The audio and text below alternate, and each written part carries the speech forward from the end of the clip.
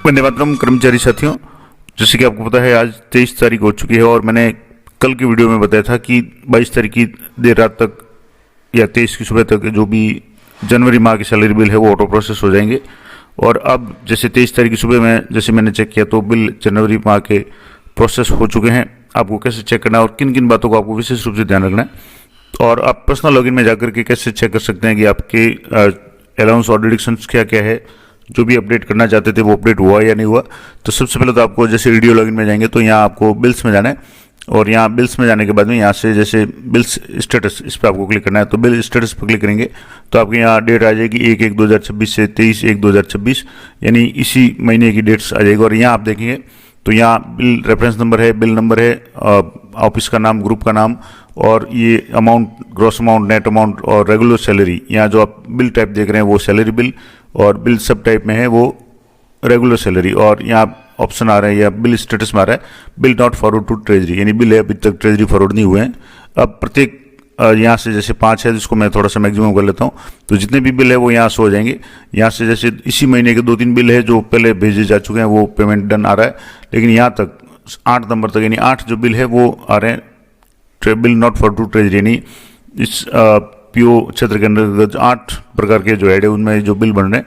अब ये bill not for to treasury है, अब इनमें से आपको प्रत्येक को चेक करना है। तो यहाँ जैसे जो व्यू रिपोर्ट है इस पर आपको क्लिक करना है। यहाँ रिपोर्ट पर क्लिक करेंगे तो इस तरीके से रिपोर्ट आपके शो हो जाएगी जिसमें आपको अलग अलग जो भी कर्मचारी है उनकी डिटेल्स है वो चेक करनी है। यहाँ से आप इसको डाउनलोड करके यहाँ से चेक कर सकते हैं। जैसे मैंने इसको डाउनलोड कर लिया, अब मैं इनको जूम करके आपको बता देता हूँ क्या क्या आपको चेक करना है। तो सबसे पहले तो एक तो ये ध्यान रखना है कि शिक्षा विभाग के जो भी कर्मचारी है उनके डिडक्शंस में यहाँ आप देखेंगे तो यहाँ डिडक्शंस हैं उसमें हितकारी नीति की कटौती नहीं होनी चाहिए। जैसे सामान्य जो कर्मचारी थे उनके लिए 250 और जो राजकीय या राजपत्रित अधिकारी है, व्याख्याता या प्रिंसिपल है उनके लिए 500 रुपये है, वो कटौती बंद कर दी है तो आपके यहाँ शो नहीं होगी। अगर शो हो रही है इसका मतलब कटौती बंद नहीं हुई है तो आपको फिर 500 रुपये या 250 रुपये का अनावश्यक नुकसान हो जाएगा जिसका कोई औचित्य नहीं है। तो बिल आप चाहें तो उसको डिलीट करके दोबारा इस कटौती को बंद करके फिर बिल प्रोसेस कर सकते हैं। तो एक तो ये ध्यान रखना कि हितकारी निधि की कटौती सभी के डिलीट हो गई हो। दूसरी इंपॉर्टेंट बात की अभी जैसे 2 महीने ही इस वित्तीय वर्ष के रहे हैं, जनवरी के बिल प्रोसेस हो चुके हैं और फरवरी, तो जिन कार्मिकों के इनकम टैक्स की कटौती अभी भी बाकी है तो उनकी इनकम टैक्स की कटौती हो रही है या नहीं हो रही। यहाँ जैसे आप देखेंगे तो यहाँ जीपीएफ की कटौती है और आरजीएसएस, क्योंकि ये प्रोविजनर्स है सिर्फ बेसिक मिल रहा है। इसके अलावा ये जैसे इनका एसआई लोन है, आरजीएसएस है, जीपीएफ है, एसआई प्रीमियम है। इस तरीके से अगर कोई कार्मिक है जैसे इनके यहाँ इनकम टैक्स, यहाँ इनके 6000 इनकम टैक्स की कटौती हो रही है, एसआई प्रीमियम है, आरजीएसएस है और जीपीएफ है। तो एक तो आप ये ध्यान रखें कि जिन कर्मचारियों की टैक्स की कटौती करने के लिए कहा गया है या जिनकी टैक्स बकाया है उनकी तो कटौती करनी है, और जिनके ऑलरेडी टैक्स कट चुका है तो उनकी कटौती बंद करने के लिए अगर कार्मिक ने निवेदन किया है या अपना गणना पत्र भर के डीडीओ को दिया है तो वो भी आप चेक कर लें कि उनकी कटौती बंद हुई या नहीं हुई इनकम टैक्स की।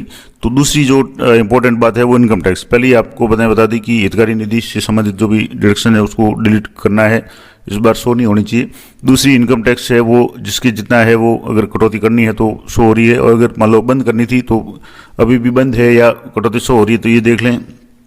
इसके अलावा कई साथी ऐसे हैं जिनका प्रोबेशन दिसंबर से पहले पूरा हो चुका है और इनका 1 जनवरी से यानी दिसंबर माह तक जिनका प्रोबेशन पूरा हो चुका है, 1 जनवरी को इनको इंक्रीमेंट लगा है तो उनका इंक्रीमेंट के कारण उनका बेसिक है वो अपडेटेड यानी बढ़ा हुआ बेसिक है या नहीं है, या उनको पुराना बेसिक मिल रहा है। और बेसिक के साथ कई बार ऐसा होता है कि जब बेसिक चेंज करते हैं तो डीए एचआरए ऑटोमेटिक चेंज हो जाते हैं, लेकिन कई बार नहीं होते हैं। तो कुछ टेक्निकल कारण से अगर वो भी आप जरूर चेक करें कि जितना बेसिक है उसके अनुसार डीए यानी जैसे आपके 58% डीए सभी के है वो, और एचआरए 10% है या 20% है या जितना भी आपके सिटी के हिसाब से जो बन रहा है वो सही है या नहीं है। कई लोगों के एक टेक्निकल इशू भी आ रहा है खास करके पीडीएड वालों के कि उनका जो इंक्रीमेंट लगाते हैं या जैसे मान लो प्रोफेशनल थे अब उनका स्थायीकरण हो गया, स्थायीकरण के बाद में उनका जब बेसिक वगैरह अपडेट करते हैं तो उनके साथ में एचआरए तो आ रहा है लेकिन डीए नहीं आ रहा है। तो ऐसी स्थिति में आपको मैन्युअली डीए है वो ऐड करना पड़ेगा। उसके संबंध में मैंने पिछले वीडियो में बता रखा है किस तरीके से आप पीडीएड के कार्मिकों के डीए ऐड करेंगे, तो वो भी आप जरूर चेक कर लें कि अगर मान लो किसी कर्मचारी का स्थायीकरण हुआ है तो उनका बेसिक डीए एचआरए साथ ही ये जो डिडक्शंस हैं, जीपीएफ 2004 की कटौती है वो नियमानुसार होनी चाहिए। मैंने कल के वीडियो में बताया था कि ट्रेजरी द्वारा कई तरह के ऑब्जेक्शन लगाए गए हैं और उनकी वसूली के लिए लिस्ट जारी की गई है। जिन कर्मचारियों की जीपीएफ की कटौती या आरजीएसएस की कटौती नियमानुसार नहीं थी, यानी कम थी, मान लो जैसे आरजीएसएस की कटौती 4,000 करनी थी लेकिन 3500 या 3 जारी की हुई है, तो उनके भी रिकवरी के आदेश आ चुके हैं और उनको आपको चालान के रूप में जमा कराना पड़ेगा। तो वो मैंने पिछले वीडियो में डिटेल में बता रखा है। तो ये भी आप जरूर ध्यान रखें कि किसी भी कर्मचारी की जो भी डिडक्शंस हैं वो सारी चेक कर लें बेसिक के अनुसार। जैसे यहाँ 33,800 इनका बेसिक है, डीए है, और यहाँ जीपीएफ की कटौती है 2100 है। अगर मान लो ये नियमानुसार प्लस स्लैब के अनुसार है जब, तो ठीक है, नहीं तो आप इसको अपडेट कर लें। तो ये इंपॉर्टेंट बात है।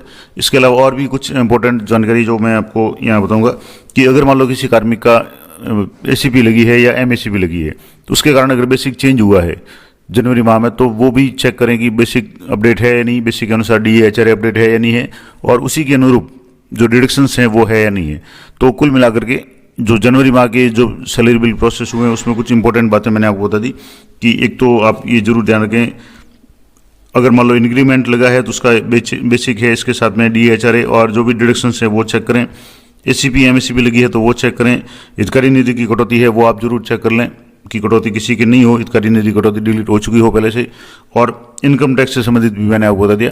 ये कुछ इंपॉर्टेंट बातें हैं। इसके अलावा कार्मिक खुद कैसे चेक करेंगे, तो इसके लिए आपको यहाँ कार्मिक का जो भी यहाँ से बिल वगैरह रोल है, इसमें यहाँ से आपको यहाँ चेंज डेस्क रोल, इसमें आपको आना है, और यहाँ आने के बाद में आपको एम्प्लॉय सेल्फ सर्विस यानी एसएस में उसमें आना है। यहाँ से एम्प्लॉय सेल्फ सर्विस ईएसएस, इस पर आपको आकर के यहाँ से आप जैसे क्लिक करेंगे तो आपकी पर्सनल डिटेल्स हो जाएगी और ये प्रत्येक कर्मचारी की यहाँ से शो हो जाएगी। तो आप खुद यहाँ से, जैसे यहाँ अर्न सैलरी है, इनकम टैक्स है, ऑनरेरियम, और इसके यहाँ नीचे आगे स्क्रॉल करेंगे या बिंदु पे तो आपके पे एंटाइटलमेंट आएगा। तो यहाँ पे एंटाइटलमेंट आप जरूर चेक कर लें। तो अपना पे एंटाइटलमेंट जरूर चेक कर लें कि आपके सभी कर्मचारी ये खुद के लॉगिन में यहाँ से आपको उनको दिख जाएगा।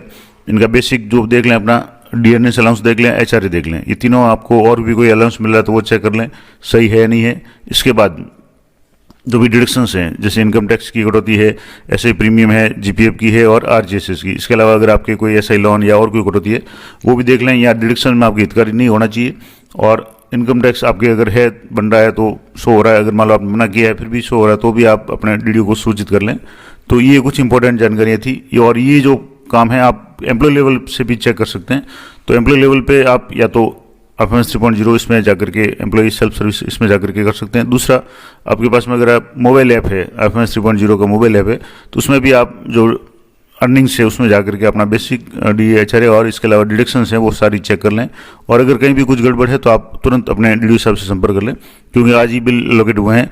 हो सकता है कुछ लोगों के बिल एलोकेट नहीं हुए हैं तो दिन में हो जाएंगे। तो एक बार जरूर चेक कर लें, उसके बाद कंफर्म होने के बाद ही बिल को फॉरवर्ड करें। तो ये संपूर्ण जानकारी मैंने आपको बता दी, आशा करता हूँ आपके लिए उपयोगी रहेगी। इसी तरीके से अभी मैंने चेक किया तो पीडीएड के बिल अभी नहीं बने हैं, तो हो सकता है थोड़ी देर में बन जाए, तो वो भी मैं आपको बता दूंगा कि उसमें भी क्या क्या आपको ध्यान रखना है।